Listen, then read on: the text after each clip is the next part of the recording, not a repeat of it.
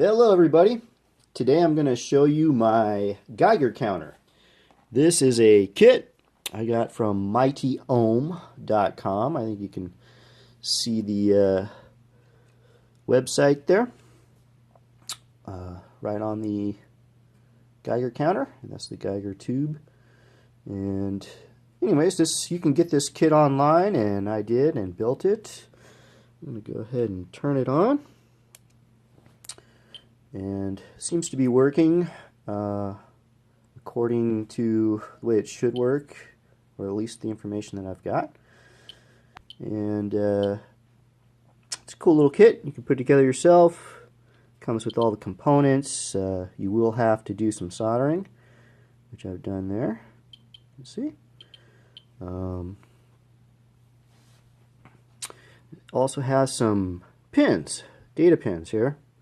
It's got some serial pins and these pulse pins. And what I wanted to do with this was basically put it online, put it on the Internet of Things, Geiger Counter IoT.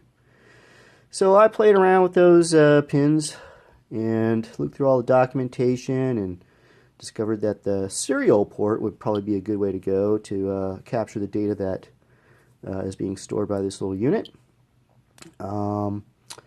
But I didn't have a serial adapter cable, so I ordered one. But while I was waiting, I decided to go ahead and do my own hack and try to use the pulse pins. So I looked through all the documentation that I could and went on the MightOHM forum and tried to find some information and connected my multimeter to the pins. Also, just trying to figure out what the signal was. And anyways, I just did not have any luck at that at all. I could not get anything to read the signal. So what I'm using is an ESP8266-12E. So what I decided to do is just go ahead and read the electrical signal coming from the LED.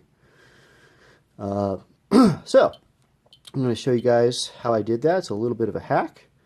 I'm going to go ahead and put together a little breadboard here.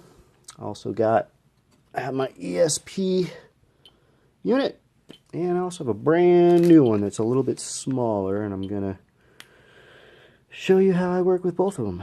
I think it's a little smaller. Could be the same size. I don't know. Anyways, I'm going to go ahead and put this together on a breadboard, and then I'm also going to create a circuit that I can just attach right to the top of this thing.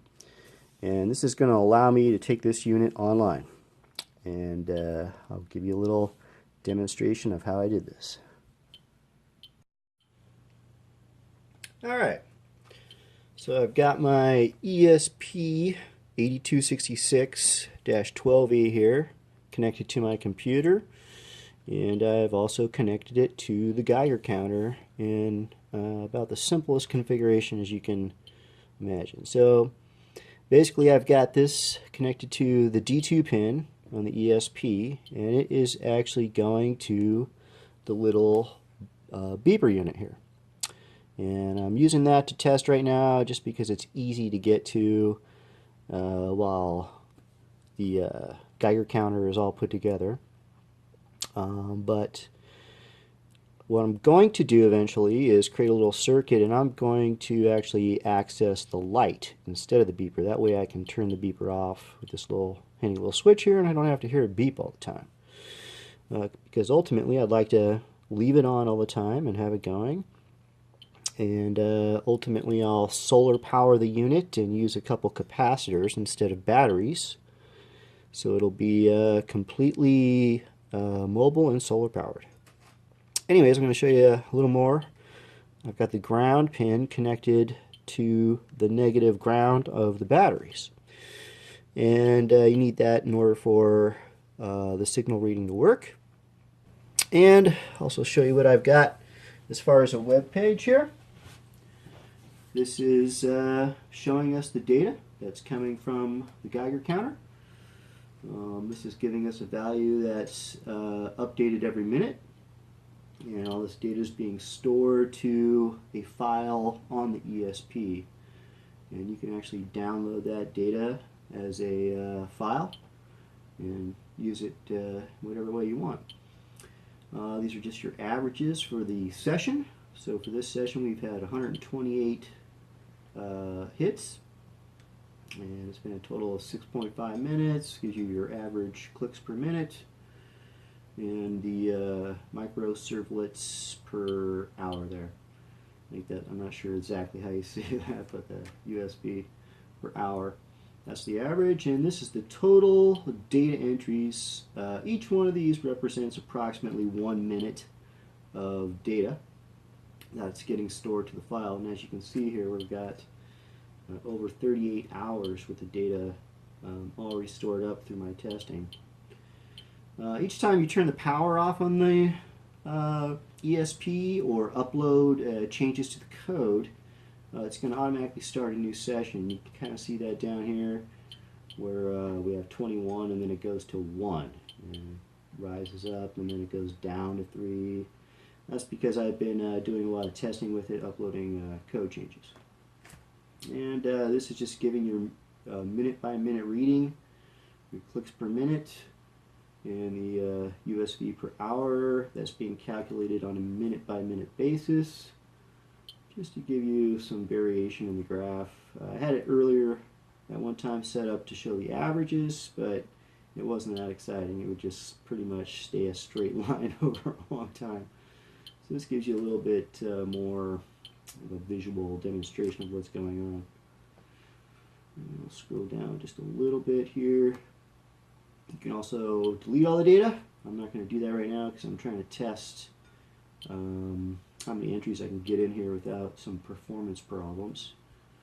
But you can do that, and I'll show you how to do that later with a different ESP module. And we just got another refresh. Alright, and this thing refreshes every 60 seconds, so that you could also do it automatically here if you want. Let's see, we've got some new readings here, 0.09. So this is going to go up and down as this does. What we have here is a battery reader. I haven't got that set up, but I'm going to connect that right now to show you how that works. So I've got some code in here that's reading off the A0 pin, the analog. And so if you connect a pin or a jumper cable there, and then connect this to the positive side of the batteries, which can be a little tricky, we should get a battery reading.